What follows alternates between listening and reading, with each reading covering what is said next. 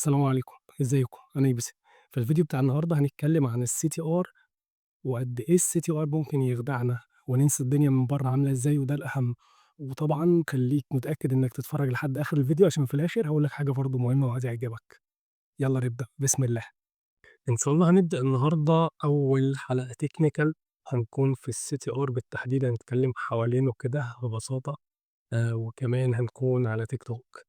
بس أنا عايز نتكلّم في حاجة لإن هي كانت بتيجي برضه في دماغي في الأول وشُفتها في أكتر من حد يعني من أصدقاء الناس اللي حواليّا. وهو مثلًا لمّا آجي أقول الCTR إحنا المفروض نعلّيه، فأحيانًا أنا بييجي في دماغي العكس على طول غلط. بمعنى إيه؟ يعني أول ما كنت أسمع إن لازمًا نعلّي الCTR يبقى الCTR الضعيف وِحِش، طبيعي. بس هو لأ، طلع ده مش الطبيعي، لإن المجال عندنا ويمكن مش عندنا بس، في كمان كتير جدًا من الdigital مجالات الdigital حاليًا. ما فيش صح وغلط، لكن في إيه اللي نفع معاك وإيه اللي ما نفعش معاك، وده أنت بتكمّله. يعني إحنا عشان ما نحرقش برضه هتشوف إن تغيير حساب إعلاني بيفرق زي ما إحنا عارفين. فالمجال ما فيهوش صح وغلط، في التجربة نفعت وتجربة ما نفعتش. فأنا بس قُلت إن إحنا نذكر النقطة دي في الأول. لإن زي ما قُلت هي كانت بتيجي يعني في دماغي اللي هو طالما قُلنا الCPM الغالي وِحِش، يبقى المفروض الCPM ينزل. طيب ما هو أصلًا الCPM لو نزل ممكن يجيب لك audience أنت ما تطيقش إن أنت تتعامل معاهم أصلًا، ما تعرفش دول جُه لك منين. فعكس الحاجة مش دايمًا غلط لأ، ممكن تبقى الحاجة صح وفي مجالنا وكمان عكسها صح. فأنا قُلت ننوّه على النقطة دي ونبدأ ببسم الله الرحمن الرحيم.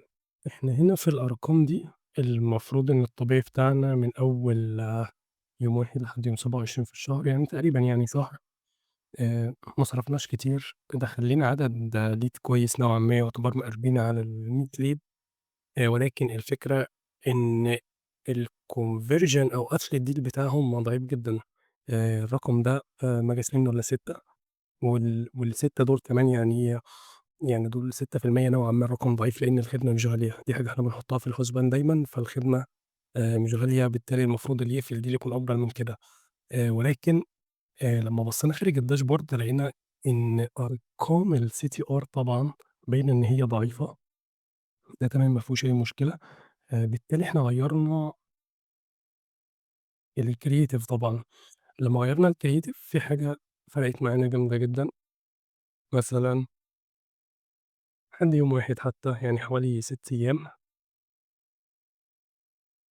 لمّا نيجي نبُص هنا على الأرقام مع بعض، أول campaign دي كانت كويسة، رغم إن هي جايبة 28 فقط lead ولكن برضه يعني كنت شايف إن في أحسن من كده. تاني campaign نفس الكلام، كويسة وكل حاجة.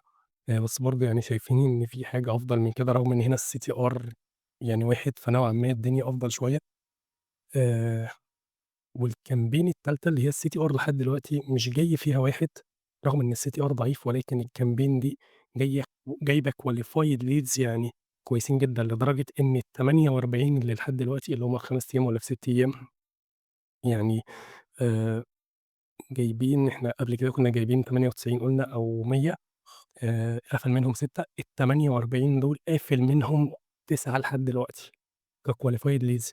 فالCTR حاجة حلوة إن إحنا بنحطه في الحسبان، ده شيء كويس جدًا.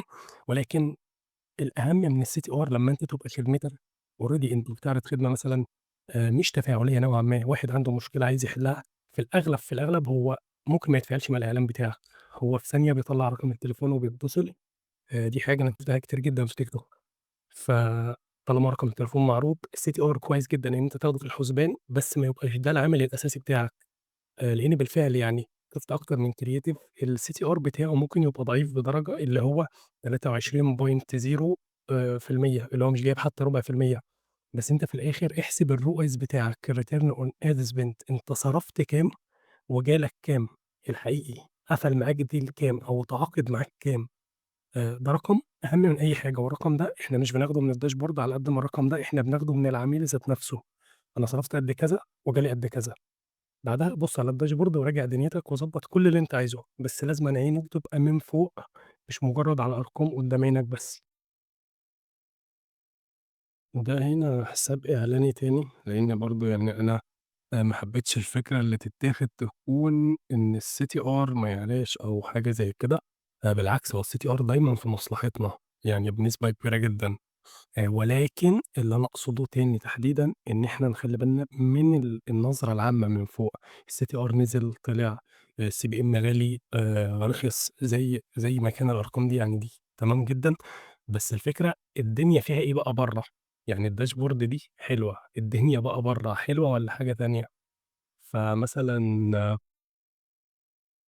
ممكن نبُص على ال3 أيام دول،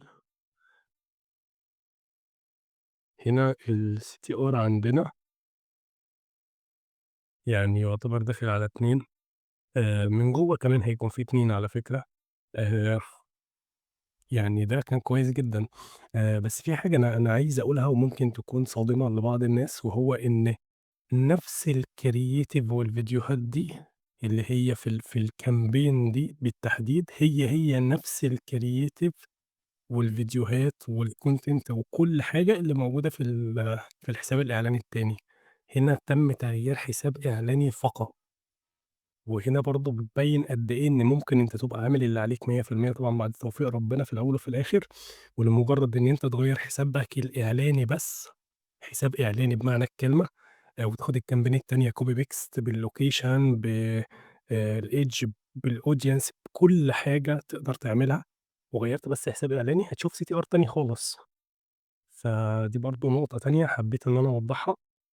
طبعًا إحنا مش بنفضل نتنقل من حساب إعلاني للتاني كل شوية، بس أنت بتبقى عندك الexperience في إن أنت مثلًا اشتغلت بالمناسبة أنا في الحتّة دي يعني داخل فيها بقى لي أكتر من سنتين في الحتّة دي بالتحديد في السعودية. واشتغلت يعني الحمد لله على أكتر مثلًا من 15 حساب إعلاني.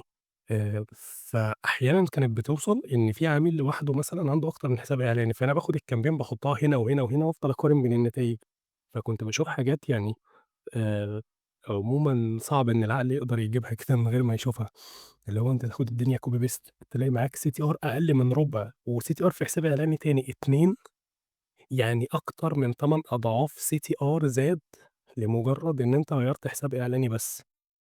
طبعًا ناهيك بقى عن الCPM لمّا بينزل أو ما شابه ذلك. بس في العموم الخدمة بتاعتنا هي كل حاجة ما زالت مش صغيرة بالمرّة. الlead جاي فيها بحوالي 2.5 ريال يعني ممتاز جدًا. ودلوقتي بعد ما إحنا شُفنا الفيديو، طبعًا ده مش معناه إن الCTR مش مهم زي ما إحنا قُلنا، لأ إطلاقًا، الCTR من الmetrics المهمة جدًا، جدًا بالنسبة لنا ومش للmedia buyers بس، كمان أي حد مهتم إزاي يحسّن أرقامه، زي الperformance وغيرهم. طيب حلو جدًا يا يوسف، بعد كده ممكن نعمل إيه؟ طيب إحنا عرفنا إن إحنا هناخد بالنا من إن الCTR ما تبقاش هو ده بس الscope بتاعنا أو عينينا بس على الCTR. وده اللي إحنا هنتكلم عليه بإذن الله الفيديو الجاي، إزاي نحسّن الCTR بتاعنا عن طريق حاجات مختلفة جدًا، مش مجرد creatives بس بتتغيّر، ولكن كمان هيكون في حاجات أكتر من كده بإذن الله تعجبكم. أشوفكم الفيديو الجاي. السلام عليكم.